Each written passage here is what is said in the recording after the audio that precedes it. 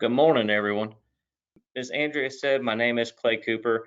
I believe most of y'all on here are familiar with me. With those of you that are not, I did spend roughly 6 years with IFAS Extension Citrus County and decided to pursue a master's degree under Dr. Brent Sellers. And we decided to do a Brunswickgrass study project, which we'll discuss today, and kind of how that came to fruition and how it relates back to extension. But about 8 months ago, I kind of shifted gears and took another position as the general manager and director of operations for Fenco Farms, which is a cattle company here in Florida. We have a registered operation and several commercial operations across the state that I'm overseeing. So no longer with extension, but still trying to finish up and keeping in contact. And glad I could be here today and get to share a little bit of this research project with y'all, and hopefully get to reconnect with some familiar faces. But with that, we'll go ahead and get started and get into the project that we had going here in Citrus County. All right, so to start with an overview, we're going to go over some Brunswickgrass facts. From there, we'll kind of shift gears and look at the identification. Hopefully, some of y'all have at least heard of Brunswickgrass, have been able to see a couple of our presentations and are familiar with how to identify it. But if not, we'll go over that so that way you can become familiar in case you're working with any clients or producers, or if you're a producer yourself and just trying to scout your fields and see if you have Brunswick grass. We'll go over some of the key identifying characteristics. We'll also discuss what we know, as far as getting into this project, and then we'll really start to dig into the two studies in which we conducted, which was the titration study along with the timing study, and then we'll also discuss some further research for the future. All right, so Brunswickgrass facts. I won't go through all this with you, but Brunswickgrass is known as Paspalum nicorai perodi.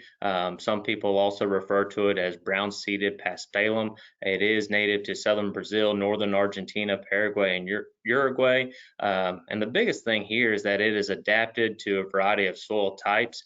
It definitely likes a well-drained, sandy, and acidic soils. Right here in our area of Citrus County, it's pretty much what we're known for. A lot of sandy soils. Most of our pHs run in that wheelhouse of 5.5, up to a 6, depending on the locations. But for the most part, we stay with those acidic type soils, and this kind of creates the perfect conditions for Brunswick grass to take hold in some of these pastures.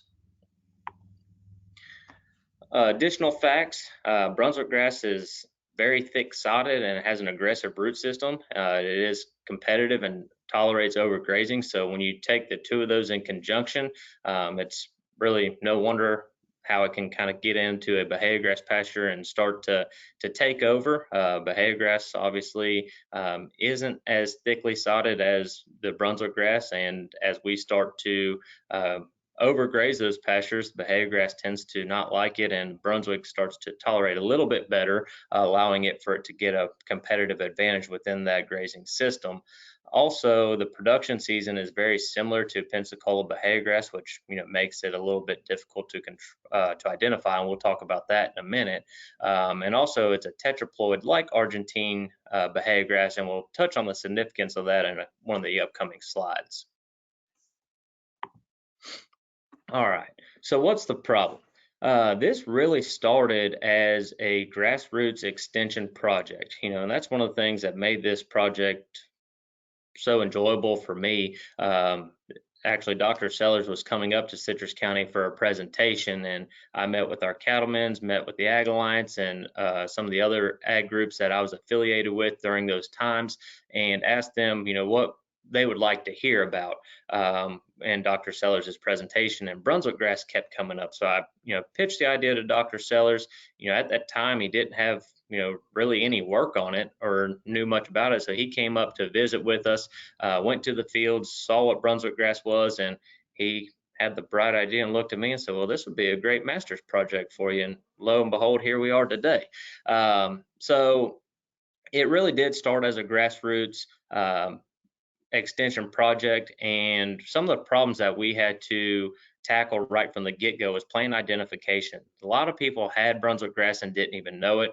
We were getting increased reports of Brunswick grass infestations once people started to be able to identify this problematic grass weed. We were running into a lot of contaminated seed lots, and seed separation was extremely difficult. And this was about to have some major deficits to our bahiagrass seed production here in the state, because they were actually talking about limiting or shutting down the sales of bahiagrass seed coming out of the state of Florida. So we knew we needed to do something, and we needed to do something quick. So for identification, not going to go through this all, but we'll look at it in pictures, and I feel pictures are worth 1,000 words. But a couple of key things I wanted to point out. The growing seasons, if you look at those, pretty much identical, same as the time frames in which they're flowering. But where they start to differentiate is going to be in the seed head, the seeds, seed weight a little bit, and then the root systems. But we'll take a look at some pictures to help us break the two apart. So the first and probably the easiest way to identify Brunswick grass is going to be by the seed head of the plant. If you look at the top left picture, all the way on the left-hand side, you see the 3 racemes there. That is actually Brunswick grass seed head, and then the one on the right, more of the Y shape, is what we're accustomed to seeing with Pensacola bahiagrass. And the same thing when you look at the picture on the bottom, Brunswick grass again is on the left-hand side, bahiagrass is on the right. The picture on the bottom, with the Brunswick grass, you're seeing the 4 racemes, and so generally Brunswick grass will have 3 to 4 racemes, where bahiagrass most often will have 2 and sometimes 3. Now, when we take a look at those previous pictures at a close-up, it's pretty easy to differentiate the two, but whenever you're standing in a field and looking at it growing all together, this is actually a seed field, becomes a little bit harder to differentiate. So we threw some circles in here to kind of direct your attention, and you can start to notice the Brunswick grass seed heads versus the the Y-shaped and 2 and 3 racemes bahiagrass in there. So when you see a picture like this, it's begin to understand pretty quickly the difficulty in identifying this if you're not familiar, haven't trained your eye to look for it. Now, if seed heads are not present, we do have to get a little bit down and dirty and actually take a look at the roots of these plants. It is extremely hard to differentiate the two if a seed head is not present without digging them. And so when we take a look, bahiagrass is on the left. You can see the rhizomes will appear roughly 4 inches below the soil surface. It's got more of that J-shaped stolon, where Brunswick grass on the right-hand side, the rhizomes spread laterally, and they're going to be pretty deep and aggressive, allowing it to get a pretty firm hold there in the soil seed bed. Now, if the plant has matured and the seed has been harvested and you've got some seed and you're wondering if there's any Brunswick grass in it, you can still identify it from that standpoint. If you look on the left-hand side, Brunswick grass there in the little petri dish, you can obviously notice the difference in color. Brunswick grass is a darker, deeper brown than the bahiagrass, which tends to be a little lighter brown to more of a palish color. And then also when we look at seed shape, on the bottom left, you can see the Brunswick grass. It'll have kind of a dark pit to it, and it's also going to be convex in shape, where the bahiagrass seed is going to be much flatter. So what we know.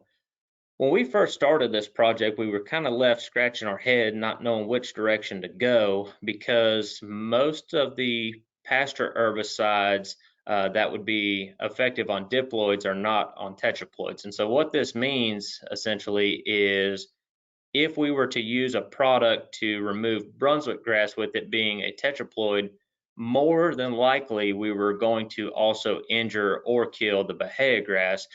So we know, diploids are much more sensitive to products like Escort, Pastora, Chaparral, and Pose.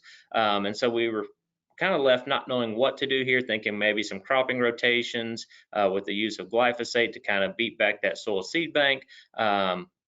And we were kind of spinning our wheels until, well, before we get there, actually, I'll show you a picture to kind of drive that home. So in general, like I said, Diploids, Pensacola are more sensitive than tetraploids like Argentine. And this was a study done with Pensacola and Argentine where 0.3 ounces per acre of metsulfuron was applied both to Pensacola and Argentina. You can see 60 days after treatment, the level of injury. So we really didn't think these would be an option for us. We didn't know, like I said, which way to go. We really thought we were going to be looking at cropping rotations and the use of glyphosate to beat that soil seed bank down.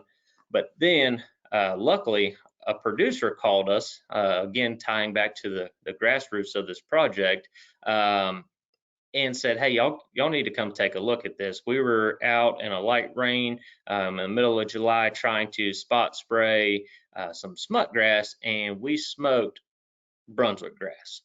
And so if you look below the orange line, that is all Brunswick grass that have been killed off, and everything above the orange line is a solid stand of Brunswick. And so this was a 2-quart application, like I said, per acre in July during a light rain, and they had really, really good control. And that's what got us thinking there was some hope and got us on this project. So we decided to set up a trial. We set out 4 locations, 1 in Wildwood, we did 2 in Lecanto, and 1 in Dade City. These were put in between July and August. And for our methods, what we set out to do was apply a half, 1, 2, 3, and 4 pints per acre. We applied hexazinone using an ATV at 30 gallons per acre, and our plot sizes were 20 by 50. And for an evaluation, what we did is we decided to GPS reference locations, 2 in each plot, and we went out with a 1 meter squared grid, and we did pre-treatment counts along with 30-day post-treatment and 365-day post-treatment in order to assess percent control with each of these applications.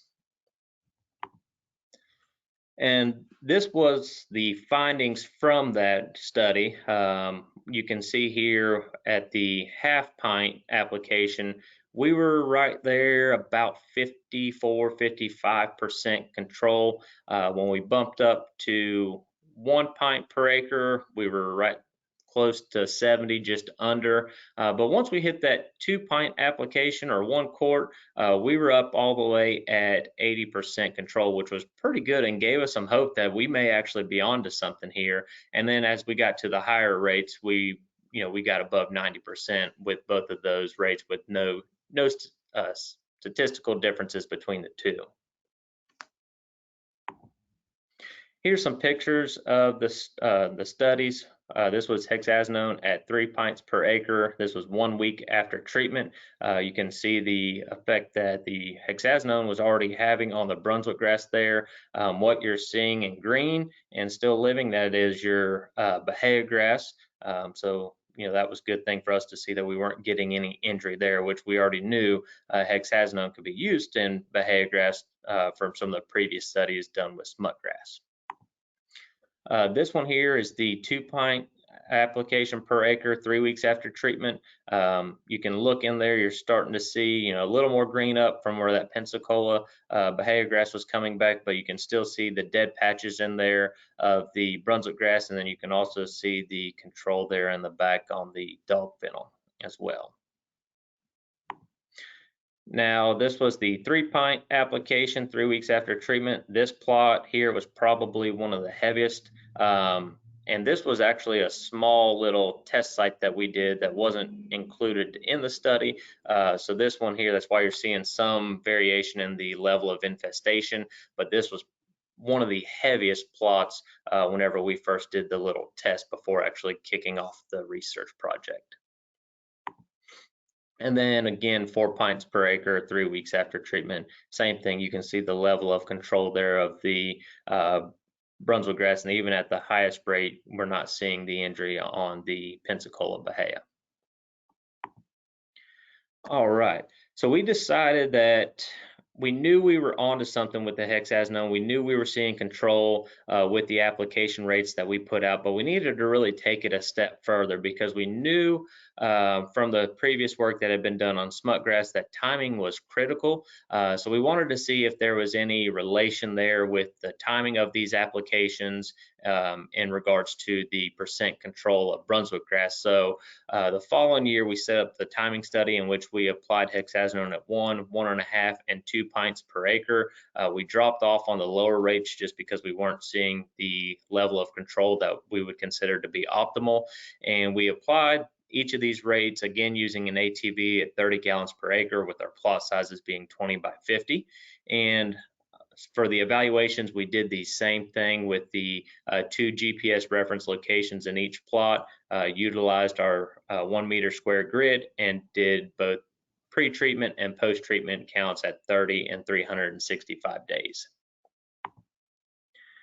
Now for the findings on this one of the things I want to point your attention to right off the bat is on the May timing all the way on the left, our 1 pint application was 48% control, but if you look at the 1 pint application again in September, all the way up to 92. So that told us right there that there is some significance to, or importance that needs to be emphasized here on the timing of these applications. So the fact that, same rate, but different timing, we increased control dramatically. And that's pretty well noticed all the way across the board at all rates. The later we got into the year, the better control we were getting. Now, this is being equated to potentially a couple of different things. One, obviously, as we get later into the year, we're starting to get more consistent and stabilized rainfall, which we know, from the smut grass studies that we do need some moisture to get that hexazinone incorporated, but also we're thinking too that we have more leaf area and also we have more of a root system in place as we get later into the year, and that plant has had some time to grow and mature, which potentially is giving us a greater uptake of the herbicide, increasing our percent control. Now, this graph here, we take a look at the average of all of the rates for the across the month. So we averaged all of the rates that were applied in May, and we were able to get a 64% control. And again, if we look at August, which was our best month, when we averaged out all rates across the month of August, we were at a 93% control. So this just really drives home the fact that the later we wait in the season, the longer we let that plant mature, the better control we were getting as time went on. Now, the other thing too to point out though is September is about the latest you'd want to go because you're starting to now see the downfall. We're at 95% still. It's not at a point of being statistically significant, but we are starting that downhill trend as time goes on past September, because at those points, these plants are getting ready and starting to prepare themselves for that dormancy period. In this graph here, we averaged all of the monthly applications by the rate in which they were applied. So when we averaged out all months by the 1 pint rate, we were at an 80% control. A pint and a half was 93% control, and 2 pints was 96%. Again, so obviously this kind of drives home the fact of the first study, the titration study. Obviously, 1 is doing a pretty good job across the board. 1.5 was doing a tick better, or is doing quite a bit better, and then 2 pints was doing just a tick better there in terms of control. So Brunswick grass control, we still have a lot to learn. From what we were finding in the study, even though we were getting really good control from those initial applications, when we would go out the following year, we were seeing a lot of seedling recruitment the year after application. So we're thinking that this is going to be a multi-year, multi-phased control process, just in order to get enough of that seed bank beat back to where we can really get a stronghold and get this Brunswick grass controlled. So seedling recruitment is something we still need to learn a little bit more about. You know, what's the longevity of that seed in the soil seed bank? How long is it going to stick around? And also we need to look at some of the seed germination characteristics and give us a better idea of what we need to do to control this plant long term. We also need to see how rainfall affects activity, both short and long term. We currently have a greenhouse study going right now, hopefully going to be able to get that data and be able to share it here shortly. And this is going to allow us to figure out, along the lines with smut grass, you know, what's that sweet spot. We can have too little rain can be a bad thing, and too much rain can also be a bad thing. So, you know, how does rainfall affect the activity? Is there going to be that critical sweet spot, kind of like there is with smut grass, or is it going to have any significance whatsoever? And then the third thing is, you know, will crop rotation help? Can we come through there, spray a field that is heavily infested with Roundup, plant it into, say, millet that summer, then come around that winter and fall and do a you know, ryegrass, utilize some cool season forages, and put that into more of an annual rotation basis and try to beat back the seed bank that way and still keep that field to where it's able to be utilized. So again, some further research, you know, we need to do an evaluation of cropping rotations, finalize some of our greenhouse studies on rainfall and see the impacts that rain has on Brunswick grass control, and also conduct a seed germination and viability study in the future to understand, or better understand, the seed in the soil seed bank and what we are up against there. Here's a list of our cooperators. Again, this project I conducted with Dr. Brent Sellers, along with the help of Mr. Ed Jennings, Dr. Wallow, and Dr. Blunt.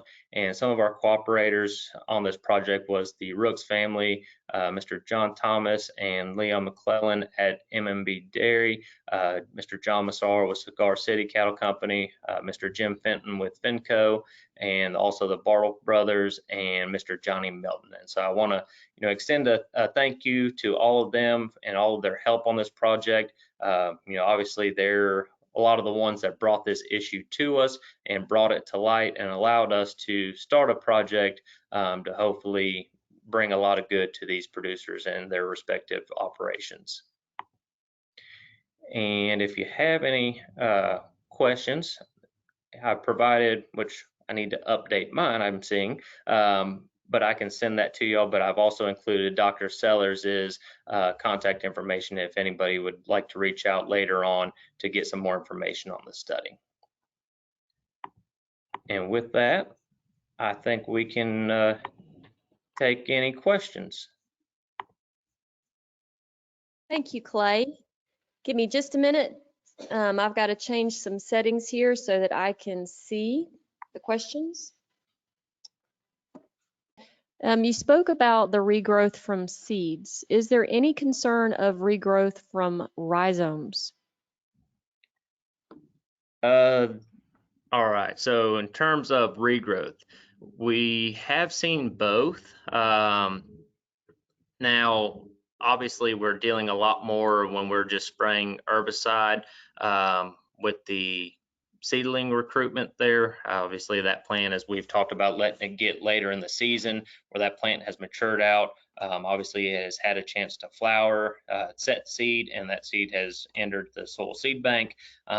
So that was what's most notable. Now, we did do in the greenhouse work, we collected rhizomes in order to initiate some trials in the greenhouse, and we clipped those in 1, 2, and 3 node sections, kind of to start some of this work on the discussion of cropping rotations to see if that would help and if cultivation would have an impact on controlling it.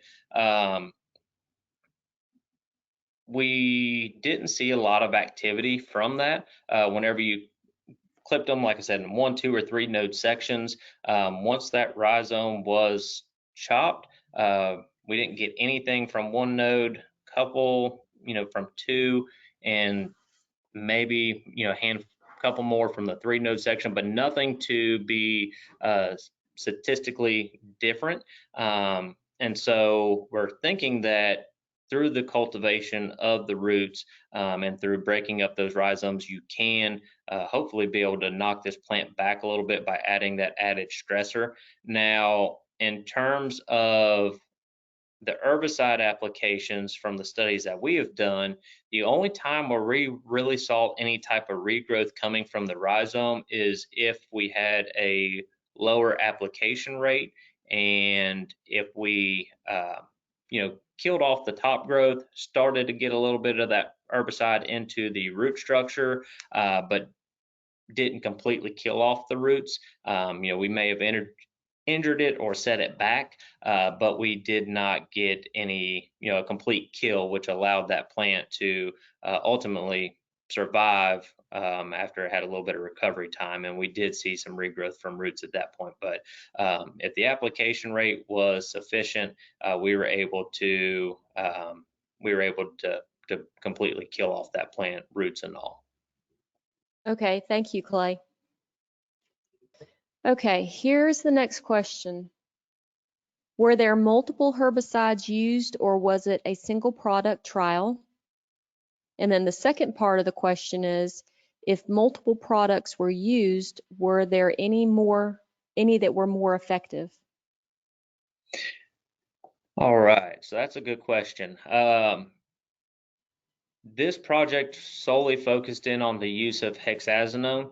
We did discuss in some Bermuda fields, and we did a couple, test plots that we have not actually conducted, a full-blown research project on yet in Bermuda grasses, in which we did utilize some other products. From what we found, we thought we could go in there on those with Escort, but ultimately it didn't do any better than the hexazinone did. So to directly answer the question for this study, it was just hexazinone, but there is some discussions right now going on about looking into other products, both in bahiagrass in terms of maybe using a pre-emergent product to help with some of that seedling recruitment that we've been battling. And then also we're starting to have some increased reports of people having issues in Bermuda grass hayfields. So at that point, that kind of opens up the door for some additional products to be used there that may not be an option in bahiagrass. So at this point for this study, just hexazinone. In the future, there is some discussion for other products to be used. Okay, thank you. That concludes the questions. Do you have any closing remarks before I give a couple of announcements? No, ma'am. I just thank y'all for having me here today and getting a chance to share some of this research and connect with some of those that I got to work closely with in the past. So thank you for that. You're very welcome.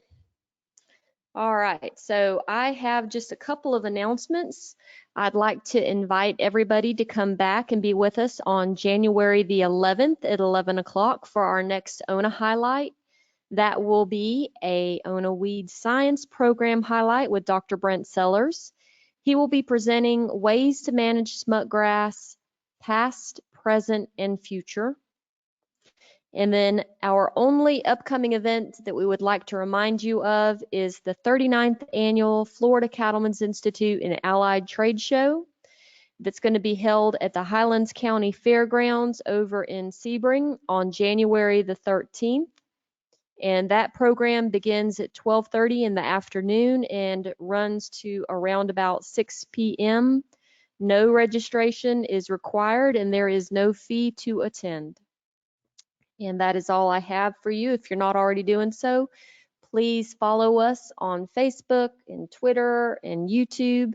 And whenever I send you the email, probably Thursday or so, with the recording for this event, I'll include the flyer for the Cattlemen's Institute. So if you don't already have it, you'll have a copy of that. And and then you'll have the recording for this event.